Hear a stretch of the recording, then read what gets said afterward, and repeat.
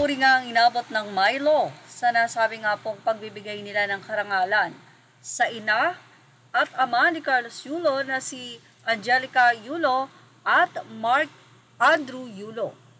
Ito nga ang naging say ng mga netizen sa nasabi nga pong parangal at pagkilala na ibinigay sa mga magulang ni Carlos. Actually, binigyan din nila ng parangal si Carlos dahil 4 na trophy ang ibinahagi ni Mrs. Angge Yulo sa kanyang Facebook page.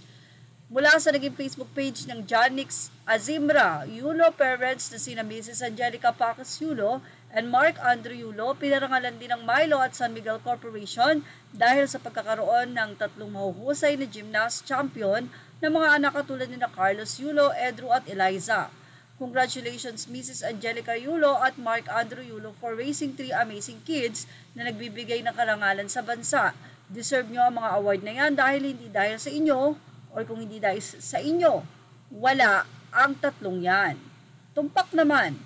So, ang naging say ng mga netizen ay basahin po natin.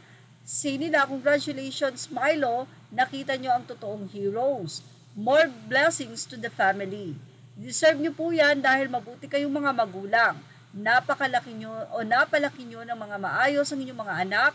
Naligaw lang yung isa. Deserve more than you deserve, Mr. and Mrs. Yulo. So marami nga po talaga ang natuwa. At sabi nga natin sa 100%, 80% nga yung mga tao na sumusuporta kay Mrs. Yulo at Mr. Yulo.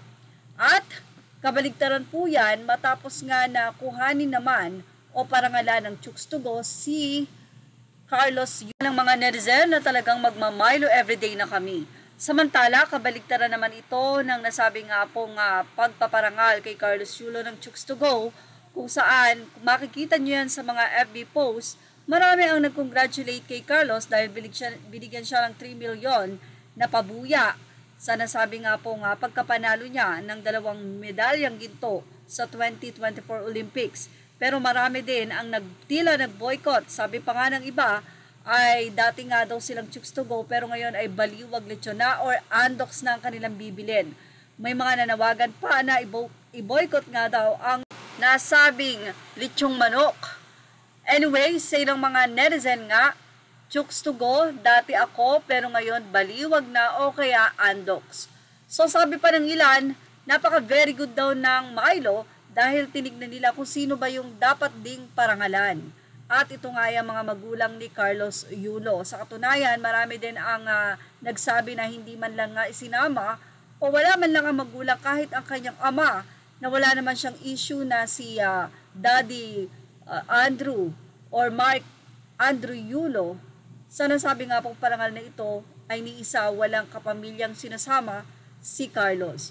But anyway, sabi nila, good choice at maganda daw ang ginawa ng Milo na parangalan ng magulang ni Carlos. Say pa ng netizen, hindi kaya dahil nakita nila na marami ang tumuligsa sa Chooks to Go matapos nilang bigyan ng parangal si Carlos Yulo. Well, ano masasabi nyo dito? Ilagay na ang inyong opinion sa ating comment section.